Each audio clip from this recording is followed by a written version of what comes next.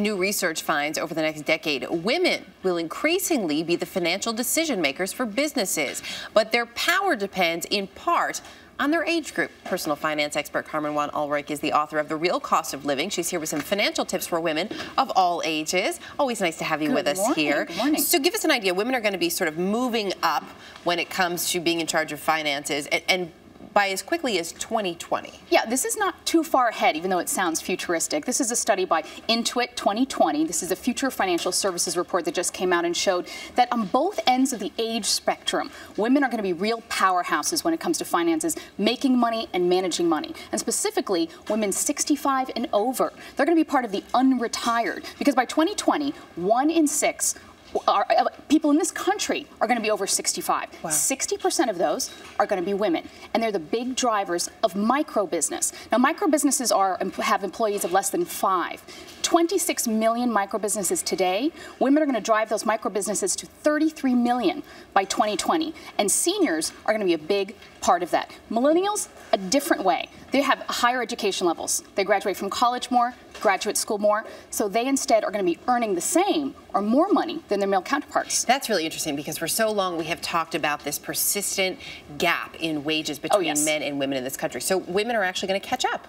They are, especially millennials. Well, they are going to, because we've seen the college numbers are just really, really huge. So when we look at this, that there's going to be more money and more women in charge of more money, obviously we need to plan for that. So let's start off with those who are closer to retirement, for folks 55 and over who in 2020 will be 65 and over. Right, so if you're a woman and you plan on being part of this unretired group, especially if you're looking to start a business in retirement, well, now you've got some years, you've got about 9 years, and you've got to look at what your retirement plans are now. Because if you're going to earn money in retirement, that's going to really affect how you're going to manage your money in retirement. For example, it's great if you're going to earn money in retirement, because basically you're not going to outlive your money, which is a good thing. But it's going to change your tax implications, your withdrawal strategy, so you may want to meet with someone and talk about that. And you also can postpone collecting your Social Security, and this is important because if you wait until you're 70, you can collect your full Social Security. But if you're going to start taking it at 65, then go back to work, there are some tax implications there and thresholds that you may have to pay taxes and actually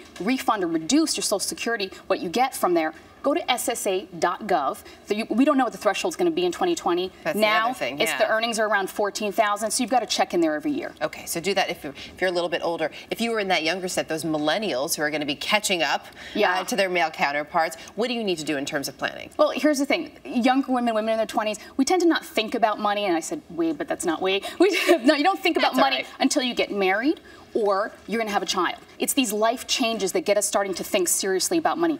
Don't wait for that to happen. By 2020, women are going to postpone those things for a long time, closer and closer to age 30. But that's too late. And that's already starting, I would say, now, isn't it? You're losing a lot of time. Right. So by another 10 years, that age is going to really go up. Pay attention to your money as early as you can and have a financial plan. And there's one thing that millennials cannot count on that those over 65 can count on. Social Security? You said it. Social Security, exactly. So it's even more important that you pay attention and get started, because if you just wait 5 years, for example, if you wait till you're 30 to start saving for retirement as opposed to 25, let's say you put away $250 a month at maybe 7-8% earnings, you will lose out in those 5 years $300,000 by the age of 65. That's $5 grand a month in retirement. Oh my goodness. And I know we don't have a lot of time, but it's always more important to save for your retirement than it is for your kids' college education, right? Absolutely. So when you're in your 30s and 40s, you're caught between aging parents and your kids' college. Take care of you first so that you can take care of others. All right, sounds good. Always good to have you, Carmen. Thanks. Thanks, Erica.